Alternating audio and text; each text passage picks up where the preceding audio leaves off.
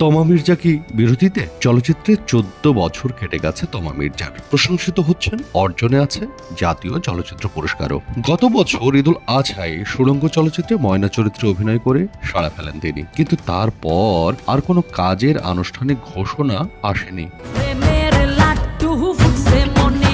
সুড়ঙ্গ মুক্তির পর সিনেমা, ওয়েব সিরিজ ও ওয়েব ফিল্ম মিলিয়ে ডজন খানিক কাজের প্রস্তাব পেয়েছেন বলে জানা যায়। তবে বুঝে শুনে নতুন কাজ হাতে নিতে চাইছেন এই ঢালিউড তারকা। তবে সম্প্রতি শোনা যাচ্ছে একসাথে দুটি ছবিতে চুক্তিবদ্ধ হয়েছেন তমা।